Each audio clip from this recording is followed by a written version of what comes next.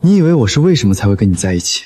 陈文，我爱了你整整5年，原来你的温柔全是演的，你心里一直装着别人。如果能回到最开始，我绝对不会再爱上你。这里是哪里？这是梦吗？我记得昨天这么晚了，谁会来？也没人敲门，难道是快递？这是陈文，照片上的人根本不是客户，也不是普通朋友。这半年他总说加班，说出差，原来所有抽不开身的时刻都是陪着别人。老婆，还没睡啊？陈文，你告诉我这是什么？谁给你的？重要吗？既然你都知道了，那我也不用装了。林叔，你以为我是为什么跟你在一起？为什么？当然是因为你爸是林氏董事长。你觉得我单纯只是喜欢你这个人吗？所以你从大学的时候就知道我家做什么的了？你觉得呢？刚入学我就清楚你家里有企业，别人都不敢主动靠近林家的人，只有我刻意接近你。那你为什么娶我？当然是为了进林氏，可惜你爸看不上我，你倒好，为了我跟家里翻脸。你知不知道我多失望？现在好了，你脱离职场在家，离婚后连工作都找不到，你说你除了姓林还有什么？陈文，你好狠的心！以我现在的地位，少了你一个林叔又怎样？这是3年前，我回到了3年前。老天真的让我重来了一次，这一次我不会再糊涂，我要让陈文为自己的选择承担应有的后果。这一次我不会再糊涂，我要让陈文为自己的选择承担应有的后果。喂，宝贝，醒了没？下午3点那家珠宝店我约好了，咱们去挑婚戒。今晚没空，戒指不用挑了，结婚的事暂时不提了。怎么了？不舒服吗？要不我过来陪你。小叔，是不是我做错什么了？你说出来我改。你没做错，是我需要想清楚一些事情。就这样吧。前世我就是被你这种体贴骗了，前世我为陈文活，这次我为自己而活。前世我跟家里闹翻，3年没回家过年，妈发来的消息我全部已读不回。最后一次见她还是在离家出走之前。妈，我今晚回家，想吃糖醋小排。小叔，你真的回来，不用迁就陈文那边。不用，妈，以后都不用迁就他了，我就想回家吃顿饭。好，妈这就去买菜，你想吃什么就吃什么。好。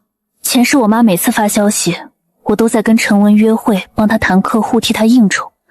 我以为那是爱情，其实就是被人当梯子踩。我回家了，别来我家找我。我回家了，别来我家找我。小叔，你怎么瘦了那么多？妈，我回来了，对不起，让你等这么久。不晚，只要回来，什么时候都不晚。多吃点儿。陈文那小子会不会照顾人？瘦成这样，在外面都吃些什么啊？以后不跟他吃了，以后只回家吃。还知道回来，3个月了，电话不接，消息不回，你眼里还有这个家？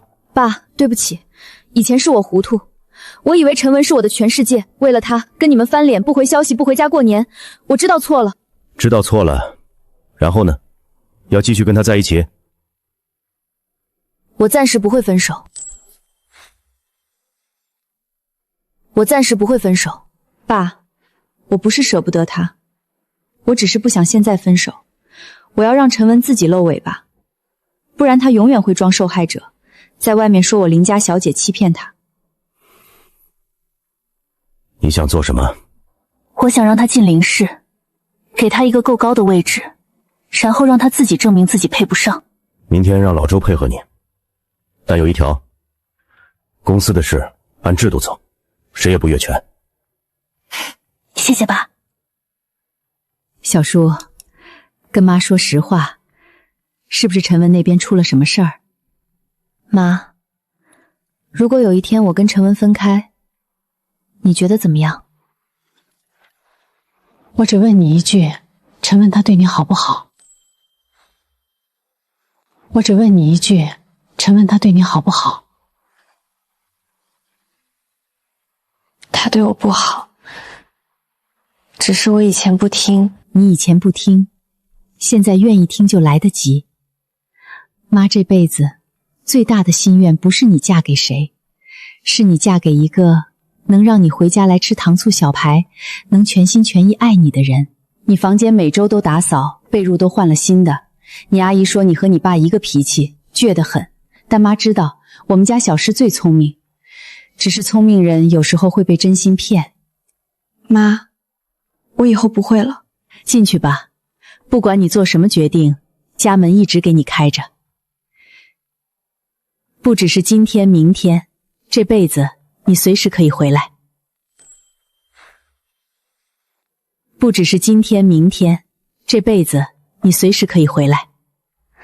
前世我以为没人在等我，现在我懂了，不是没人等，是我一直不肯回头看。我那时候还发誓要努力上进，后来为了陈文，连考研都放弃了。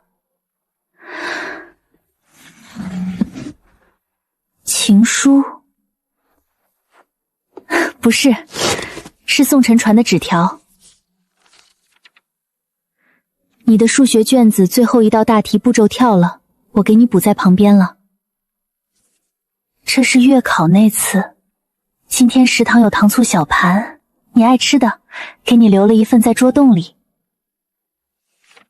这是高2的时候，毕业了一起去看展，别迟到。宋晨，后来他出国了，手机号注销，微信不回，我以为他不想联系我，前世我甚至没想过要找找他。宋晨在哪里？宋晨现在在哪里？宋晨在哪里？宋晨现在在哪里？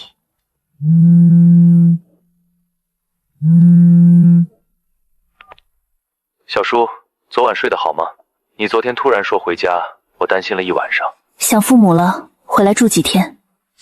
那婚戒的事儿你真不看了？陈文，结婚先不急，我累了，想先休息一段时间再说。小叔，小叔，你是不是听他说了什么？你知道我家境不如你，我知道，但我对你不用解释。公司还有事儿，先挂了。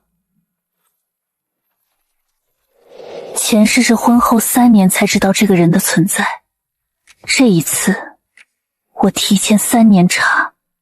刘鑫，陈文接近我，从来不是真心，他看中的从来都是林家的资源。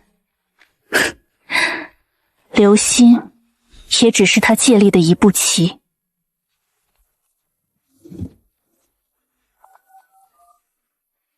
周叔，帮我查一个人，名字叫刘鑫，盛林集团市场部员工，我要他的公开档案和职场记录。刘鑫，26岁，盛林集团市场部专员，跟你同校，行政管理专业，比你晚1届，家境一般，成绩中等，校招进公司的。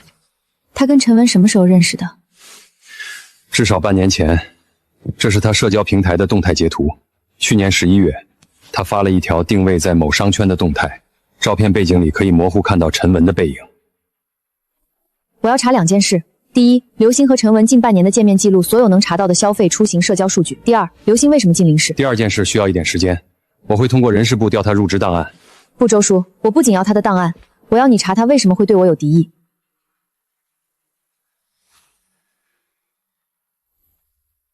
王秀兰，王婶儿。对，王秀兰，在林家做了10几年家政了，刘鑫是她的女儿。难怪，王婶在我家做了10几年，她女儿从小就知道林家的一切，知道我住什么房子，有什么，过什么日子。然后她看着我，一直看着。然后她看着我，一直看着。小姐，商场监控调出来了，还有陈文用副卡在刘石身上的消费，衣服、化妆品、餐厅、机票，近半年合计17万8。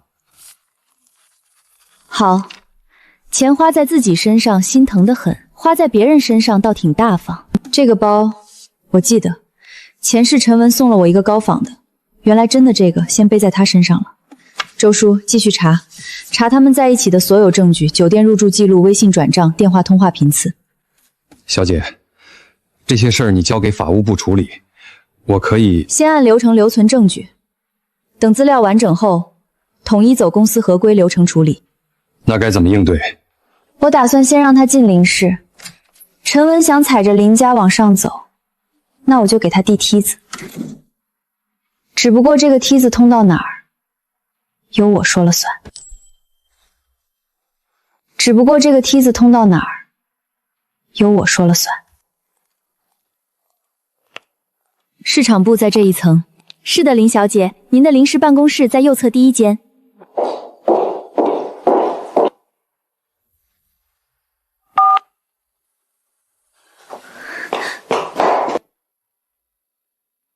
就是他。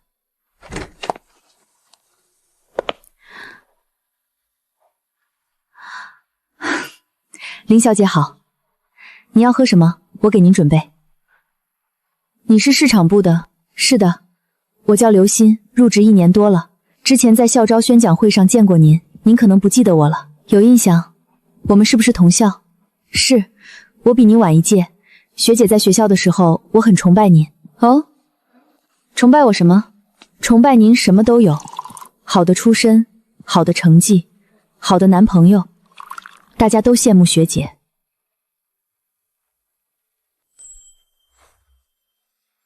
大家都羡慕学姐。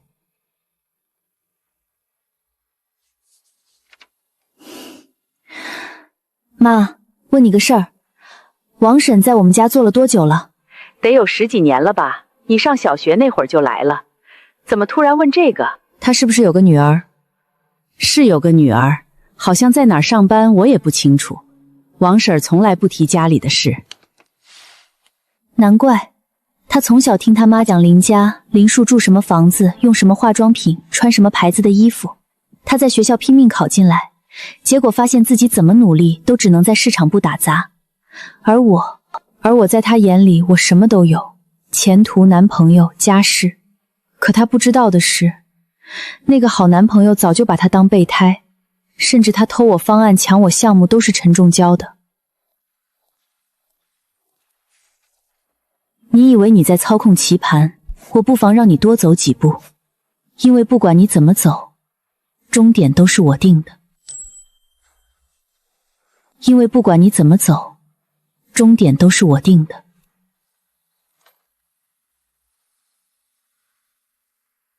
林宅，请问哪位？王婶是我，我妈在吗？小叔啊，太太去花园了，我去叫她。不急，王婶儿，听说你有个女儿也在本市工作？是，有个女儿，普通上班族，不提也罢。小叔怎么突然问这个？没什么，随便问问。你让我妈不用来接电话了，我晚上回去吃饭。母亲王秀兰供职林宅家政16年，邻居反映，刘鑫高中起对林家有强烈的羡慕和不满情绪。与陈文接触，推断开始于半年前的公司某次活动。小叔，今晚见一面好吗？我订了你喜欢的那家粤菜馆。不去粤菜馆，地址我发你。8点。那家法式甜品店，前世我从来不敢带你去，怕伤害你的自尊。这一次，你按我的规矩来。这一次，你按我的规矩来。核心项目团队稳定，客户资质扎实，由我只管推进。这些是待风控终审的前期项目预案，数据框架完整，但资金链路和合作方资质还没走完复核，贸然推进风险很高。所有项目的风险提示我都会按制度存档标注，任何人绕过风控审批私自签约，都要承担对应的管理责任。按正常流程推进就好。陈文，你总说我不懂你的事业，其实我太懂了。你的事业就是拿到不属于你的东西，我只是正常存放项目初稿，谁私自窃取内部文件，都要按员工守则追责。前世刘星违规拿了我的初稿，在项目会上冒领功劳。这一世我会把资料分级管理，对外的初稿只保留基础框架，核心内容单独存档。谁要是越界拿资料，就要承担对应的责任。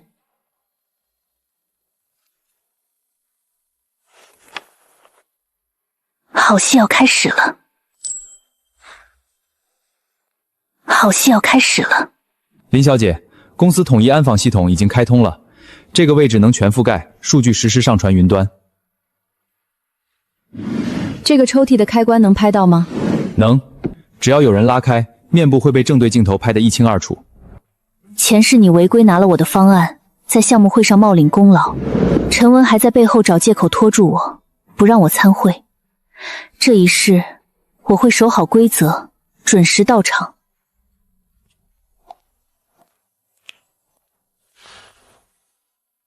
我最近手上有个新项目，挺大的，改天跟你聊聊。好啊，你的事我都想听，小叔最棒了。你当然感兴趣，你心里清楚林氏的大项目意味着资源和机会，早就想借着我的名义伸手了。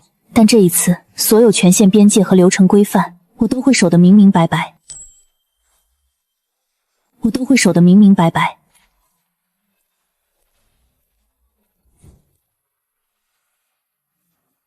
怎么没等我一起点？你不是喜欢两个人分一份吗？今天想自己吃一份，你不介意吧？当然不介意，你要开心最重要。给我一杯白水就行。小叔，你最近是不是有心事？回家住了，不看婚戒了，连口味都变了。你告诉我，是我哪里做的不好？陈文，你是不是一直想进林氏？你爸一直对我有意见，我不想让你为难。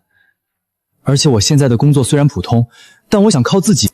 如果我说我能让你进，而且不是普通岗位，是新项目部的总经理呢？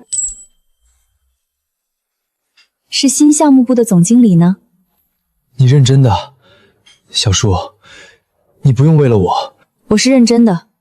你准备一份简历，但暂时不要告诉任何人。为了总经理的位置，这一次居然主动买单了，真是好笑。周叔，陈文入职的事开始走流程，帮我准备几件事。第一，风险评估，把新项目部的独立运营风险做全，尤其资金链那部分。明白。第二件。第二，在陈文的入职协议里加上权限边界和重大合同双审核。第三，所有会议纪要、邮件、签收单，从今天开始跟他有关的所有书面文件，1份3份，1份存档。小姐，你这比法务还细，你是要……我要所有流程都留痕可查，每一封邮件，每一份签收单，每一次权限调用，全部按公司制度存档。将来如果出现问题，一切都有依据。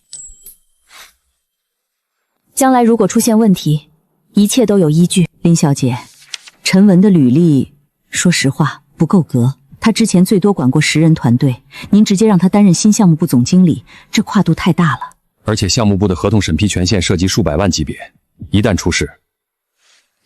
你们的顾虑我听到了，所以我要求所有风险评估、适用考核、权限边界和重大合同双审核全部写进流程里。3个月试用考核超过50万的合同需要上级审批，您是在给他设边界？不是设边界，是给他舞台。他想要签字权我也可以给，但每签一个字都会有记录，每做一个决定都会有留痕。林小姐，这些条款都得签字确认，一旦违规，法务可以直接介入。权责告知书必须本人签字确认，后续如果出现违规操作，责任认定才有据可疑。陈文以为进了林氏就能一步登天，但公司的每一层权限、每一笔审批都有制度约束，他能走多远，全看他自己能不能守规矩。他能走多远，全看他自己能不能守规矩。陈文，大学期间得过2次贫困补助，毕业后换过4份工作，最长的做了9个月。信用卡有逾期记录。您什么时候查的？你跟我说让他进林氏那天晚上，我让老周连夜调的。林叔，我不是对穷孩子有偏见，你爸我也是白手起家，但这个人有能力，心不正。他看你的眼神，跟你说话的方式，对你妈的态度，全都带着目的。我知道。你知道还让他进林氏？爸，有些人放到眼皮底下才看得清。他在林氏，我才知道他要干什么。权限隔离做到位，重大决策找老周配合。你要是玩脱了，按公司制度处理，谁都不许搞特殊。爸，谢谢你没有拦我。我拦你3年都没拦住，这次你自己拦自己。我拦你3年都没拦住，这次你自己拦自己。陈文不可信，小心他身边的女人。谁？这个人知道陈文的事，而且知道刘欣的存在。不管是谁，暂时不回复，等他下一步动作。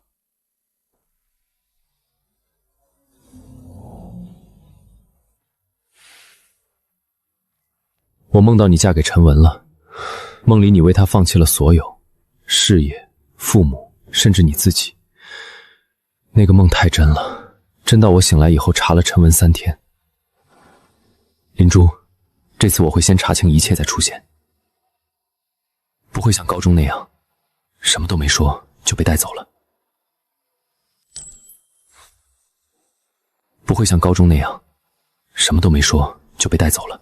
今天讨论新项目市场推广方向，谁先来？林总，我准备了一份补充方案，关于目标用户定位和传播路径，我觉得我们之前的思路不够精准。好，你讲。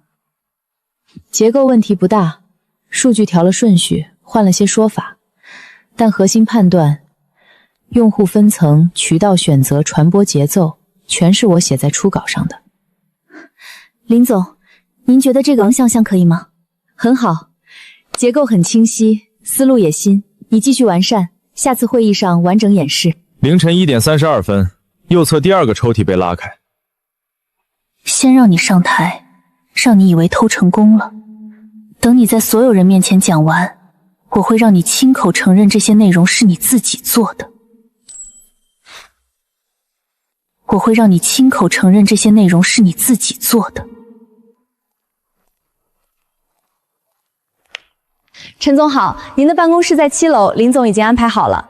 谢谢。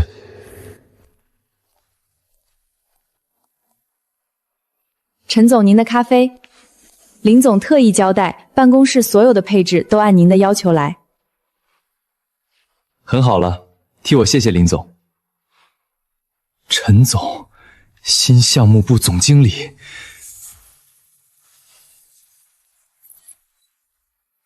他现在只看到岗位的风光，还没看清背后的责任。等着他签的那些待审项目，风险点都明明白白写在报告里，就看他会不会认真看了。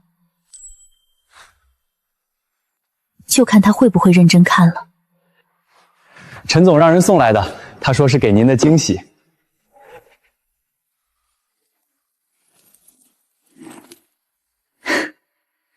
做工很粗糙。前世他送我这个，我还以为是省钱，感激的不行。现在我才知道，真正用心准备的那个在刘欣手里。陈文觉得我什么都不懂，连好坏都分不清。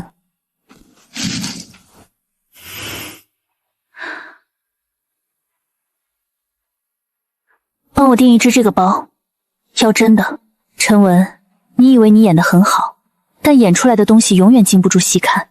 就像这只包，乍看以为是真心，翻过来全是敷衍。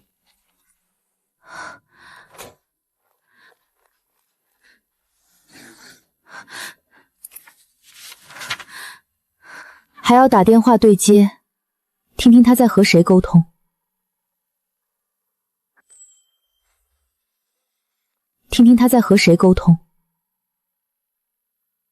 东西我拿到了，你想办法让林叔明天别来开会。至少拖到下午。刘鑫非工作时段进入办公室，私自拍摄策划书原稿，并通话要求对方设法让我缺席次日会议。通话对象待核实，通话号码已经锁定了。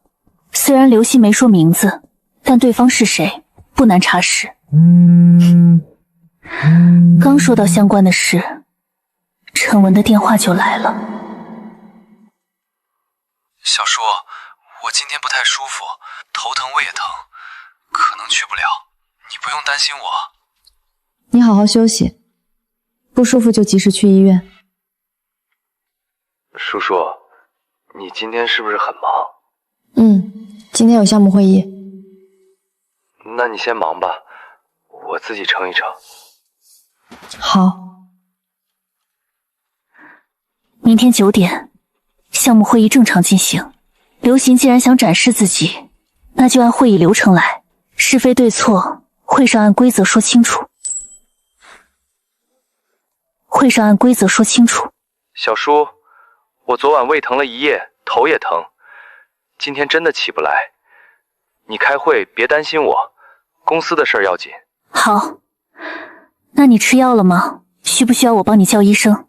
不用，我躺躺就好了。你去开会吧，不用管我。打电话的时候声音甜的发泥，生怕我听出什么问题。一说不用管你，立刻生龙活虎。你是他最好的挡箭牌，只要我不在会场，他就可以把我抽屉里的东西当成自己的奖。上次你成功了，因为我信你。这一次，你在我这里所有的信誉都是0。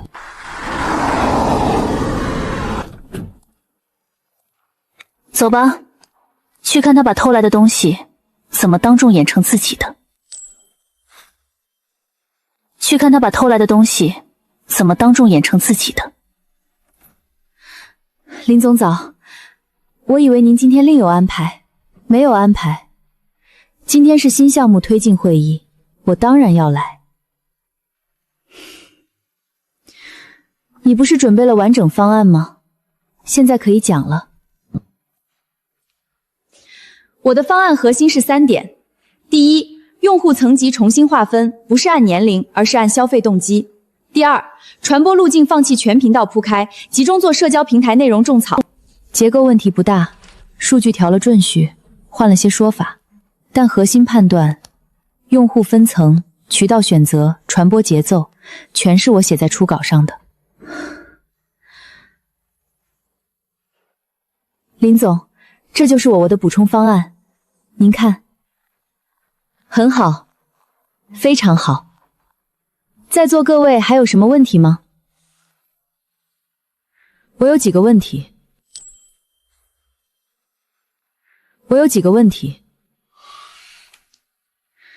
你的用户分层模型里，消费动机数据从哪儿来的？样本量多少？调研问卷怎么设计的？参考了公开的市场报告，一些第三方数据机构的发布。哪家机构？我这里有过去3个月所有主流消费趋势报告，你再看看，有没有你用的那份？那换个问题，你刚才说这个方案是你3天前完成的，这是我半个月前草拟的初草，只发过内部几个人，连完整的数据都还没填。这个思路我独立想到的，你不能因为我跟你的想法像就说我抄。我没说你抄，我只是问你数据来源，你为什么这么激动？如果你有原始数据，现在就可以拿出来。调研问卷、样本名记、分析过程，任何一件都可以证明。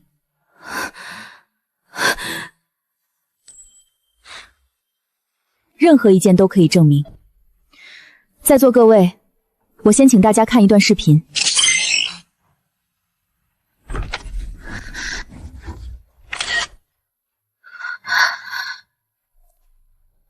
这是公司办公区统一安防系统拍下的画面。你想办法让林叔明天别来开会。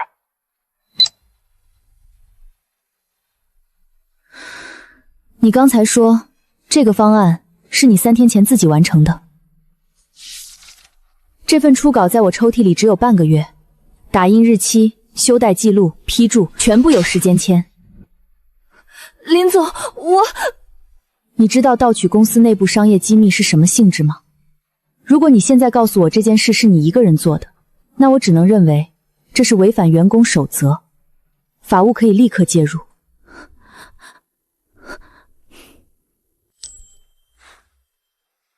这是违反员工守则，法务可以立刻介入。刚才刘鑫展示的只是一份被简化过的初稿，数据不完整，逻辑也缺了关键推导。现在我给大家看我准备的完整方案。这是我们第3季度的核心增长曲线。对于盗用内部资料这件事，我会按公司制度处理，但项目要继续，方向不变，标准不降。大家有问题吗？林总，方案全面通过，我个人没有任何异议。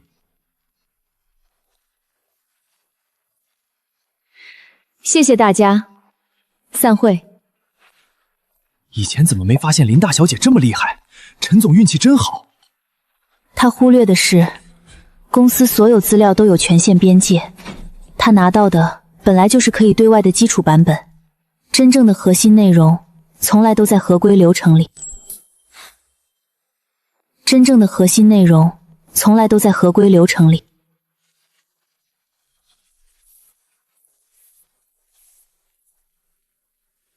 王婶在我家做了16年，你妈陈文，你入职的时候填的不会是假的吧？我和陈文只是同事，你知道的，他是总经理，同事会深更半夜一起逛商场，同事会替你提包陪你试裙子，送你38000的限量款。他跟我说你是他前女友，他说你们早分手了，只是你缠着他不放。他说你是林家大小姐，仗势欺人。你信了？因为你本来就恨我。你从小听你妈讲林家的事，林叔住豪宅，开好车，什么都不缺。你拼命读书，考进同一所大学，校招进同一家公司，结果你发现，不管你多努力，你还是只能在市场部打杂。但我今天不想跟你谈这些，我只想让你知道一件事：陈文从头到尾都在骗你。陈文从头到尾都在骗你。2条路：第一，我现在把监控交给法务，盗取公司商业机密足够让你的职业生涯和体面一起结束，陈文也跑不掉。他指使你偷东西的通话记录我已经锁定了。第2条呢？第2，从今天起，你配合公司的内部核查，你照常留在当前岗位，日常工作正常推进。之后陈文如果再让你调取任何内部资源，传递非公开资料，你第一时间如实反馈给我，配合留存证据。你想让我当你的内杏？你凭什么觉得我会帮你？因为你家境一般，不是你的错。但偷东西不是因为你家境一般，而且你心里清楚，陈文从来不会为你承担任何后果。如果今天的事爆出去，他会第一个撇清自己，把所有责任推给你。你知道吗？我从小就羡慕你，羡慕到恨。可现在我坐在这里，被你捏着把柄，突然觉得你说的对。想清楚就联系我，你只有24小时。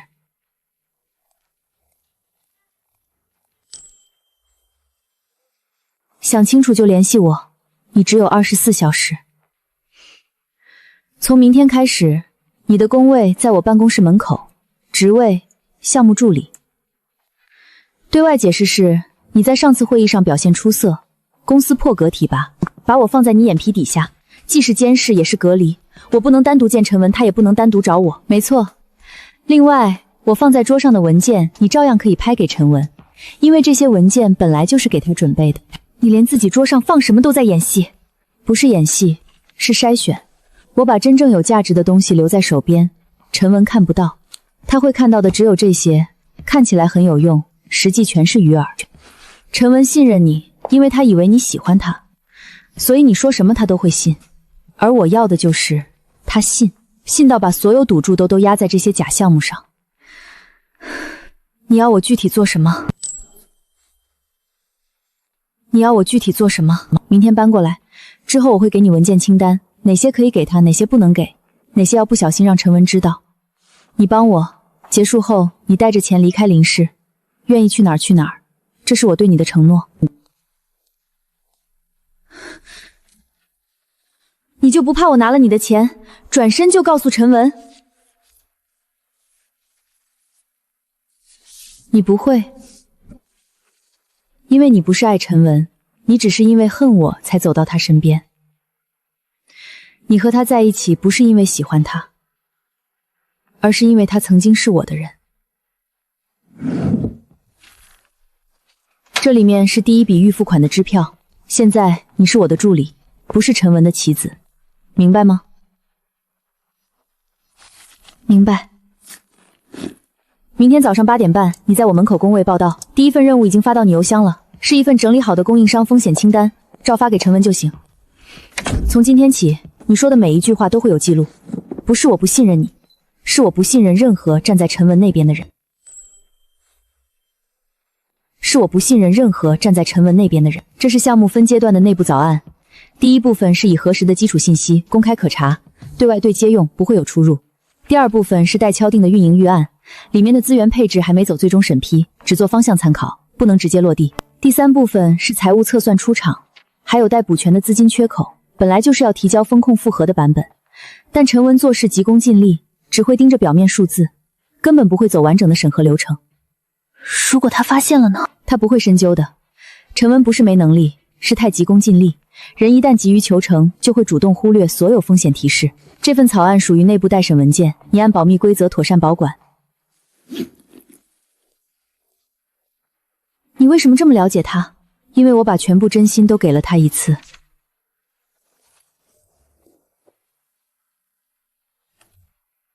陈文，你教会我真心不能错付。这一次，我会守住所有底线和规则。我会守住所有底线和规则。哇，你直接从市场部调上来了，林总亲自点的你。是，林总觉得我上次的方案思路不错，所以调过来配合新项目。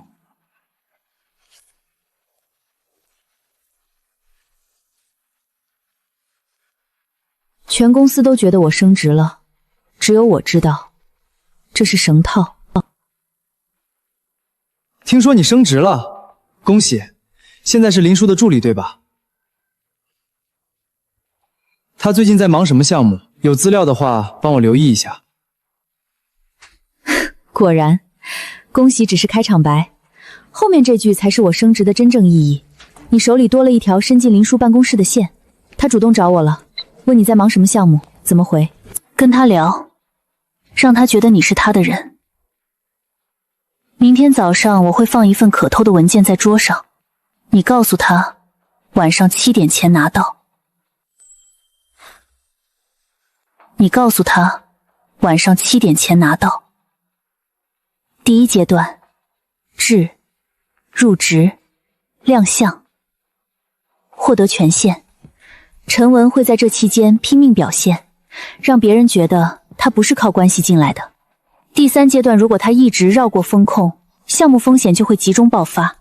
做业务架构调整，是为了把优质团队和核心客户整合到更规范的新业务平台，规避旧项目线的管理漏洞。明面法人不是我，这是合规隔离，但投票权和决策权全在我手里。等陈文发现自己管的那条旧项目线是空客的时候，新公司已经在市场上站稳了。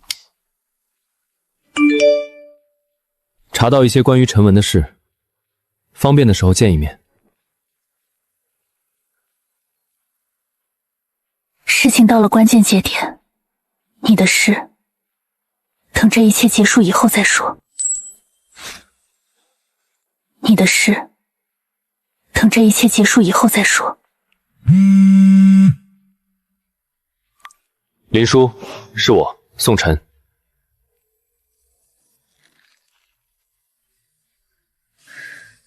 你怎么有这个号码？说来话长，但我必须先告诉你一件事：陈文不可信，他身边还有个女人叫刘欣，你们公司市场部的。你什么时候回国的？为了什么？我说了你会觉得我有毛病。我做了个梦，梦见你嫁给陈文，放弃了一切。梦里你过得不好，那个梦太真了，真到我醒来就开始查他。宋晨，你高中走的不明不白，消息不回，电话不通。你觉得你现在的出现方式有说服力吗？我知道没有，所以我不是来求原谅的，我是来告诉你，如果陈文有任何问题，我可以帮你。具体的事，我们见面谈。行，就见一面，但时间地点我来定。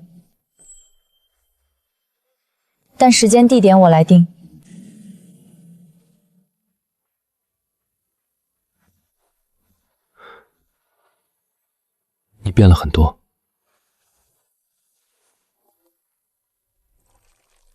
人不会在25岁还跟17岁一样。说正事吧。你查到了什么？陈文最近3个月见了3家投资公司的代表，他的资金链非常依赖林氏的宝华，如果你爸撤了你的名字，他连贷款都贷不到。还有刘鑫，他和陈文有双向大额资金往来，不是工资，是陈文以项目投资名义转给他的。这些我都知道。刘鑫现在已经是我助理了，我安排的。陈文看到的每一个数字，每一份报告，都是我筛选过的。我以为你是刚发现问题，没想到你已经布完了局。如果是之前的我，可能会哭。但现在的我，不哭了。只做。但现在的我不哭了，只做。我可以帮你，资金上、资源上，或者陈文那边，我可以找人盯。不用，我的事我自己处理。现在陈文身边的每个人，刘鑫、法务、财务，全在我设计的位置上。你这时候进来，不管怎么帮，都会打乱节奏。加个好友。高中那次展，我不是故意不去的，我被家人带走了，手机被收，签证是临时办的。后来我回来找过你，但你已经跟陈文在一起了。过去的事让它过去，我们现在不是17岁了。感谢你帮我查陈文，真的。但这个局已经开了，只能我收。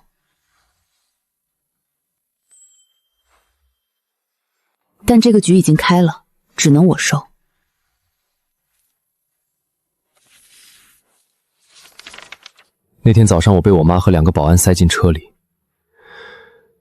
手机被收了，连给你留一条消息的时间都没有。后来我到英国写了很多邮件，全部退回来了。你换了邮箱。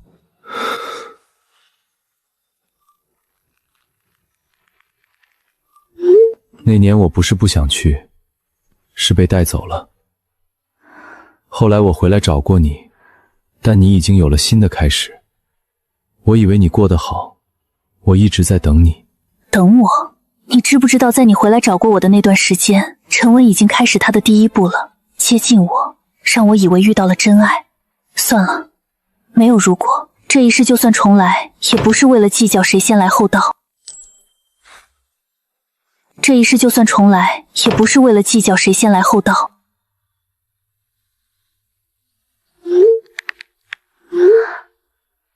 我应该只跟他谈公事，但是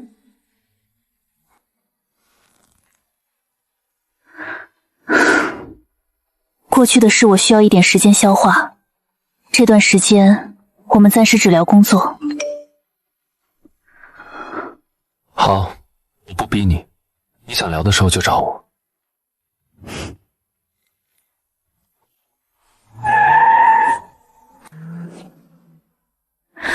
够了，感情的事可以等。今天刘行要拿走第一份可偷的文件，这才是现在唯一重要的事。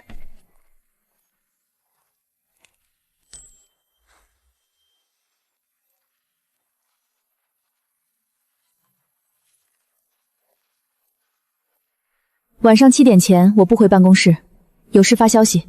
好的，林总。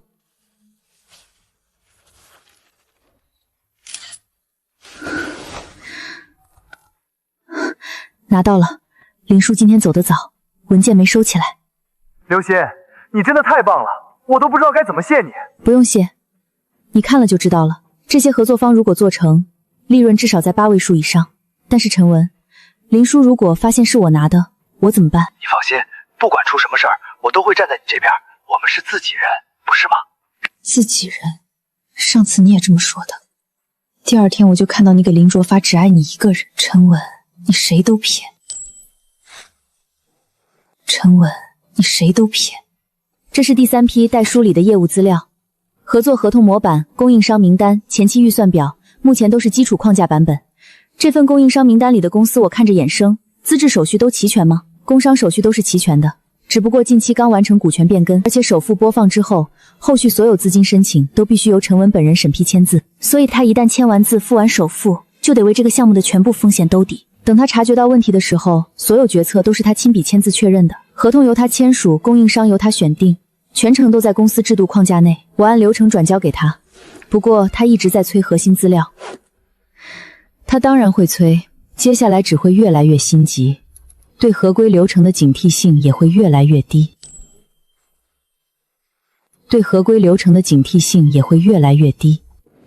陈总，供应商资质审查还没走完，预付比例定在40%，风险太大了。周经理，市场不等人，如果我们按流程一步步走，合作方早被对手抢了。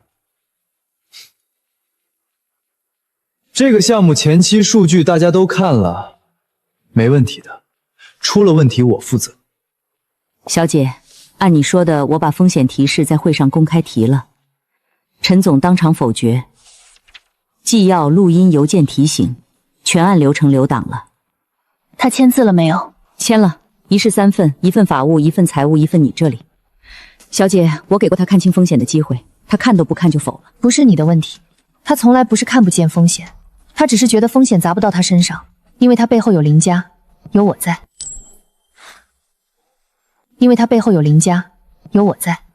陈总上个月签了3个大单，听说公司年底要给他独立子公司。林小姐眼光真好，这男人是真有能力。李总，下周那个新客户的见面你安排一下，我亲自去见。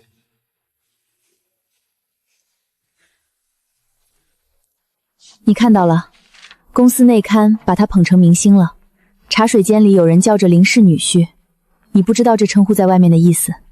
我知道，意思就是他是靠我上去的，只不过他自己不觉得，他觉得是因为自己终于拿到了该得的机会。他现在开会比我旁听的次数都多，膨胀得很快，这不正好吗？站得越高，看得越清楚的人就越少。等他觉得自己无所不能的时候，风险清单就该送到了。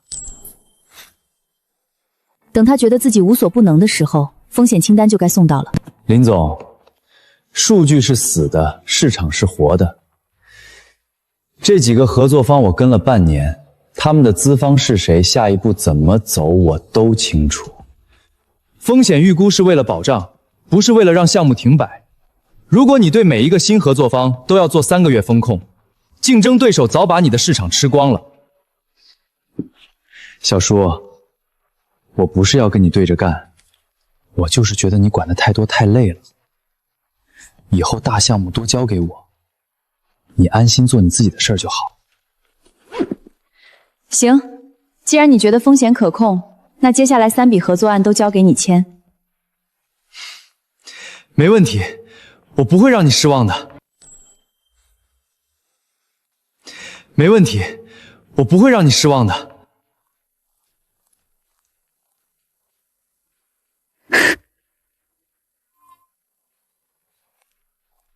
你说陈总和林小姐以后这公司谁说了算？哎呀，反正是一家人嘛。陈总业务能力确实强，林小姐让着他也正常。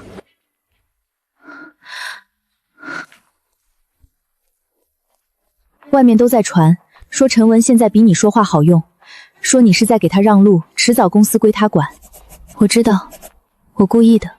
你让他在外面风光，是为了让他觉得自己可以越过你，不只是越过我，我要他觉得自己不需要我了。因为一个人只有在觉得自己什么都不缺的时候，才最看不清脚下的路。因为一个人只有在觉得自己什么都不缺的时候，才最看不清脚下的路。我以前觉得你只是有钱，现在才明白，你能看着一个人膨胀而不戳破，等他自己炸。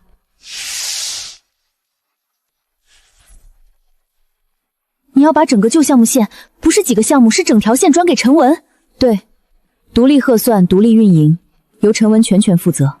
但这份评估里写着，旧项目线的后续资金缺口至少2000万。谁接手谁完蛋。你看这里，过去2个月，我已经把旧项目线里适配新方向的核心团队、客户和资源整合到新公司了。陈文现在对接的旧项目线，账上看着有流水，但再推进3个月，就会面临巨大的运营压力。所以他现在签的每一个项目，都带着他没看清的潜在风险。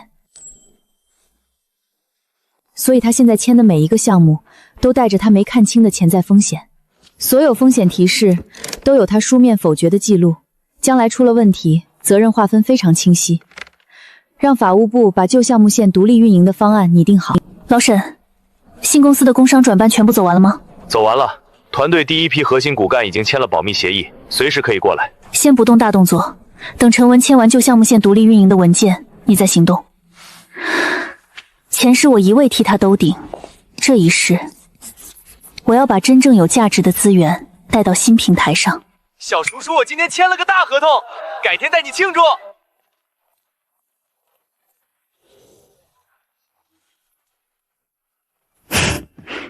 等项目尘埃落定，是该好好梳理一下过去的问题了。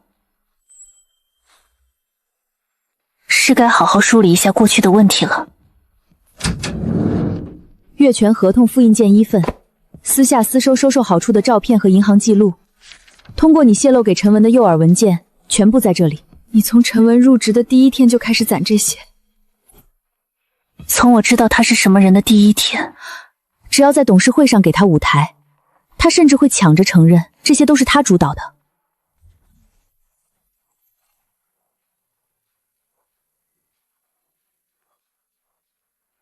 等他讲完，我们再把所有证据按流程公示出来。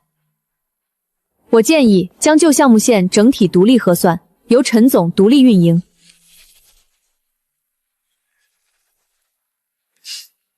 感谢董事会信任，如果有任何问题，我陈文一力承担。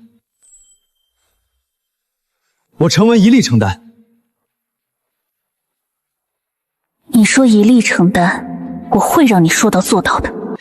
小叔，以后你会看到的，我没有看错人，你也没有看错人。是啊，以后所有人都会看到的。老沈，可以开始了。收到，第一批核心团队已经就位，办公场地明天启用。接下来就等他自己发现船漏水了。前世站在这里的是另一个林殊，除了一个骗他的男人，什么都没有。这一世，我有新公司，有证据，有退路，我拿走我该拿的一切。陈文，懒得理你。宋晨，可以聊，明天下午3点。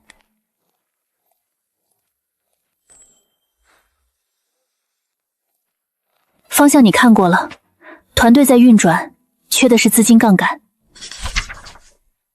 我看中的不是生意本身，我看中的是这笔生意是你做的，我知道你不会输。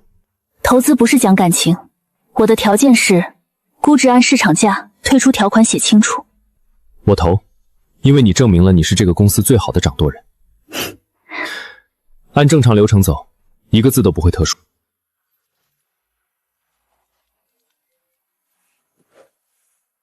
你找人写的？你觉得我会拿别人的东西给你看？我自己写的，做了3周调研，找了几家投行朋友核实过数据。以前总觉得你是个不爱说话的高中生，现在才知道你不是不爱说话，你只是不想说废话。建议书很专业，约个时间详谈。你个人资金条件、投后管理方式也需要书面提交，走正常流程。明白，早就准备好了。你什么时候有时间我都配合。配合？你这辈子第一次跟我说配合。高中的时候你可从来不听我的，我让你别帮我把卷子都做了，你偏要做。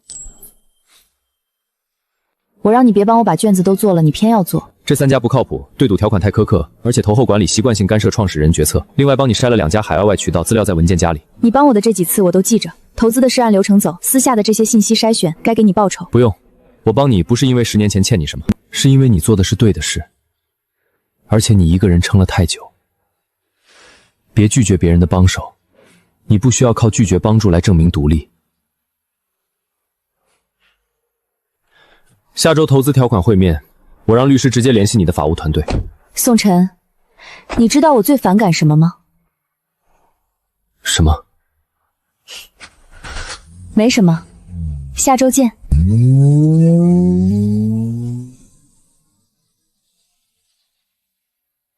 你在慢慢放下防备，我看到了。你在慢慢放下防备，我看到了。最近合作方挺多的，看你手机一直在响。有几个投资人，新项目需要资金，我比较了几家。投资人的事你怎么不跟我说？别忘了，我们是未婚夫妻，公司的事儿以后都是我们的事儿。那你手上的几个合作案谈的怎么样了？对了，供应商那批合同你签了吗？签了3份，另外2个在谈的也快了，我打算下周集中处理。好，你自己的项目你自己把握就好。你真不去？这是你的公司，不需要。我的价值不体现在出境，系统对接完成，数据已经开始跑，旧项目线的资金变动和新公司的增长曲线都在这一条监控面板上。都在这一条监控面板上。你才应该站上去，等这一切结束了，我们一起站上去。我们，宋晨，你总能在最关键的时候说最不该说的话。来了，供应商催款通知第1条。林总，陈总那边报了，前2个项目的供应商联合催款，合作方发了解约函，会计刚对完账，资金缺口至少1800万。还有呢？还有，陈总已经在开内部会议了，他要重做报表。他在骂财务，说风险提示做得不够，风险提示早就按流程提交过了，是他自己选择忽略，执意推进。前世我总替他兜顶，这一世所有流程公开透明。他想证明自己的能力，就要先学会承担后果。他想证明自己的能力，就要先学会承担后果。刚刚陈文给我发消息，他说帮我查林氏旧项目线的最高机密文件，如果有危机处理方案最好。我在房间等你，明天之前必须拿到。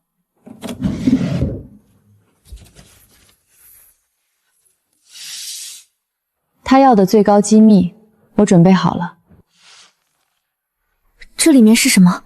他想看的东西，一份看起来能让旧项目线起死回生的机密方案，里面建议他把旧项目线彻底从林氏剥离，由他全权运营，给他以后拍张照片传给我。这份文件到他手里的时刻，就是最后证据链闭合的时刻。事情结束后，我真的能走吗？你不是帮我，你是在替自己找路。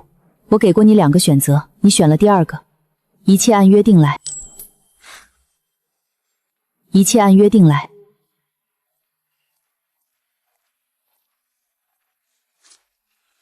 你要的东西。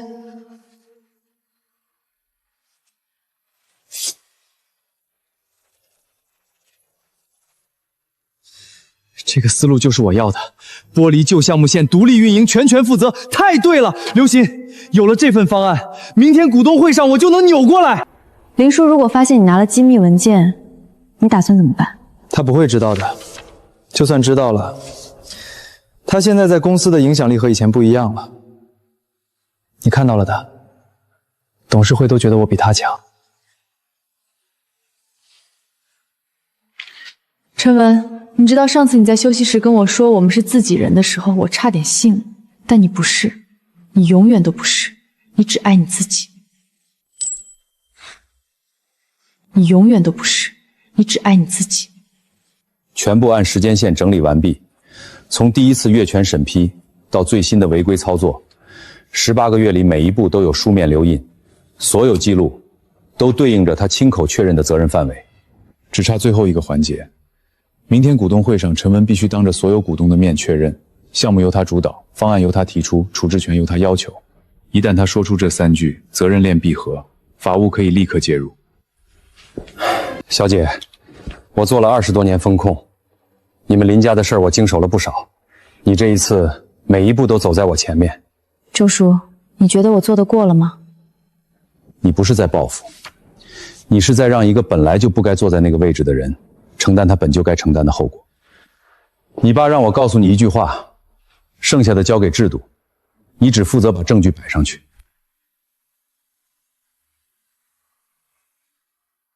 明天，一切都在明天。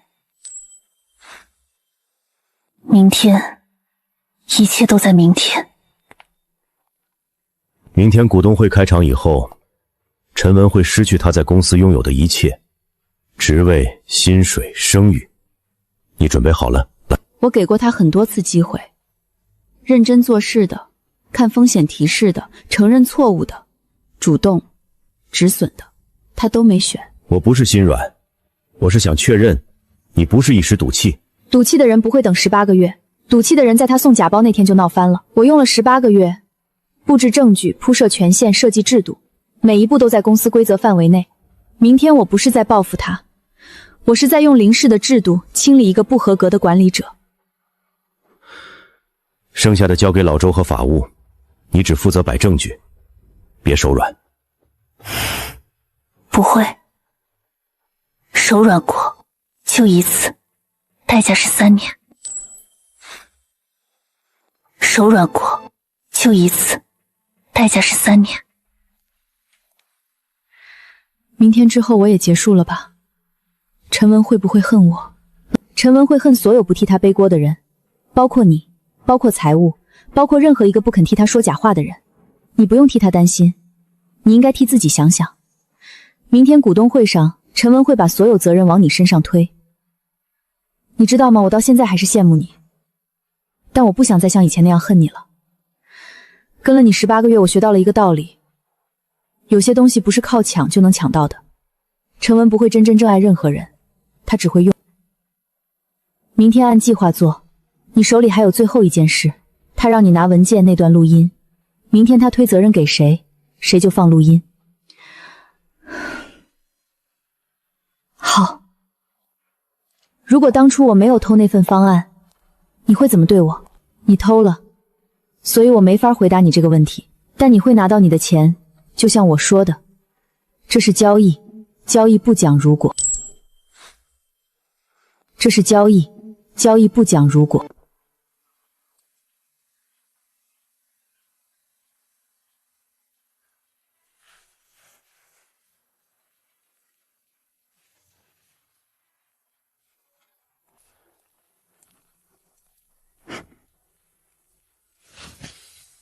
今天你放松，旧项目线的事儿我来解释。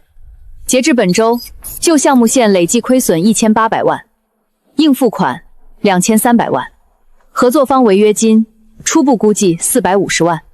以上数据已由审计确认。陈总，这些项目从立项到执行，全部是你签的字。项目确实有困难，但不是方向错了。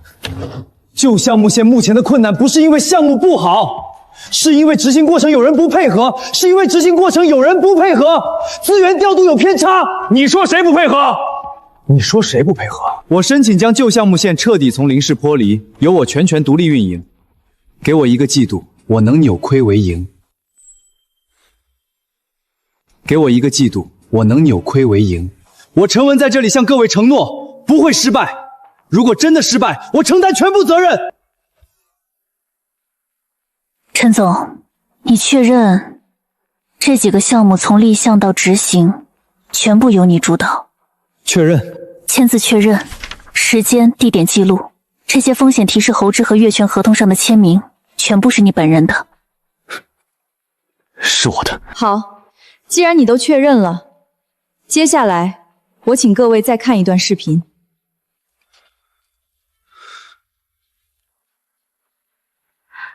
东西到手了，让林舍明天别来开会。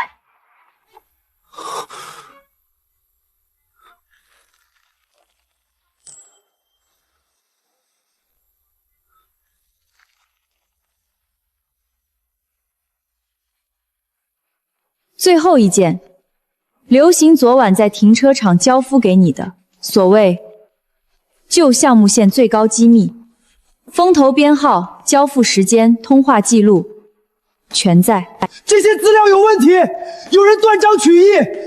刘鑫是刘鑫自己偷的东西给我，我根本不知情。这些签名也是断章取义的吗？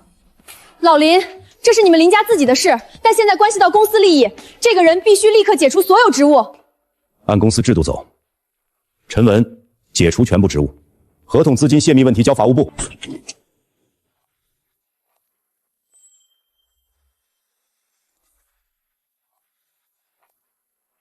是刘鑫，所有文件都是他偷了给我的，是他主动的，我根本不清楚。刘鑫，帮我查林氏的机密文件，今晚一定要拿到手。你拿到之后直接来停车场找我，我明天开股东会要用。你们，等一下。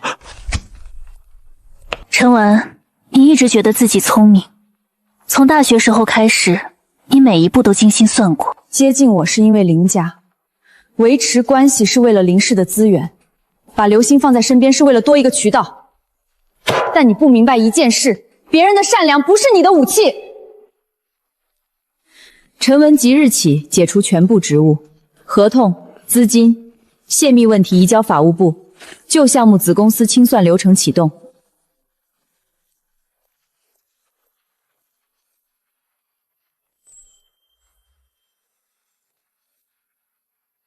人事那边已经走完了，账户里的金额按约定够你换个城市重新开始。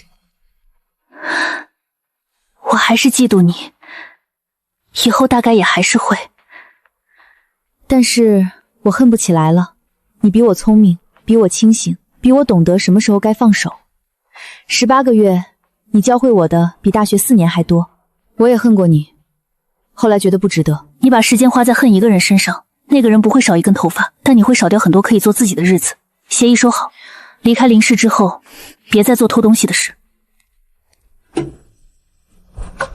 再见，学姐。18个月前，我把你从暗处拎到灯下，我让你当我的助理，看你一步步帮我对付陈文。你一直以为是我在利用你，不全是，也是让你有一天有机会选择，是继续恨我，还是放过自己。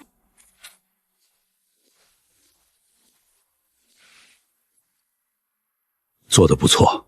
不管发生什么，家里永远有你一口热饭。今天晚饭我做了红烧排骨，加糖的，你喜欢的口味。加糖的，你喜欢的口味。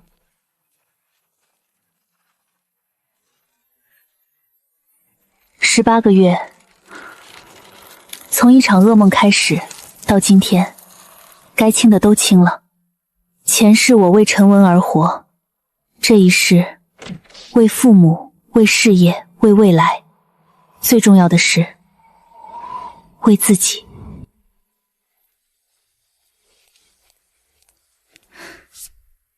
当年没能一起去的展览重新开杀了，这是我特意留的票。这一次，我们都不要再错过。